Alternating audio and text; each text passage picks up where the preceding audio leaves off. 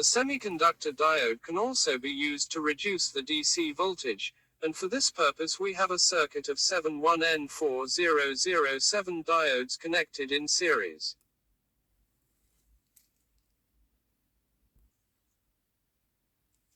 So let's begin.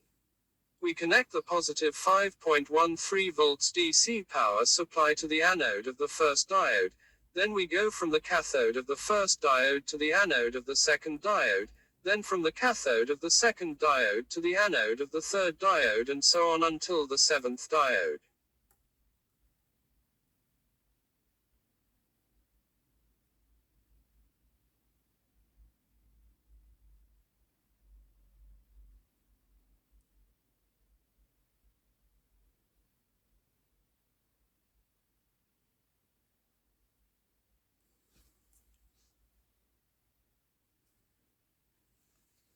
After connecting the 5.13 volts DC power supply, measure the voltage on the cathode of each diode.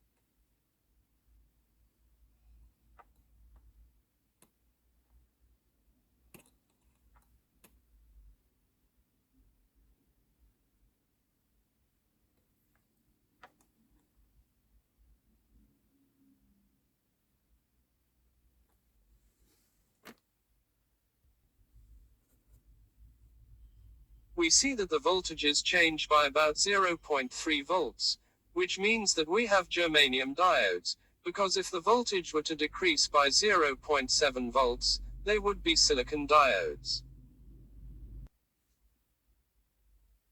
As you can see, this way we reduce the voltage from 5.13 to 3.39 volts.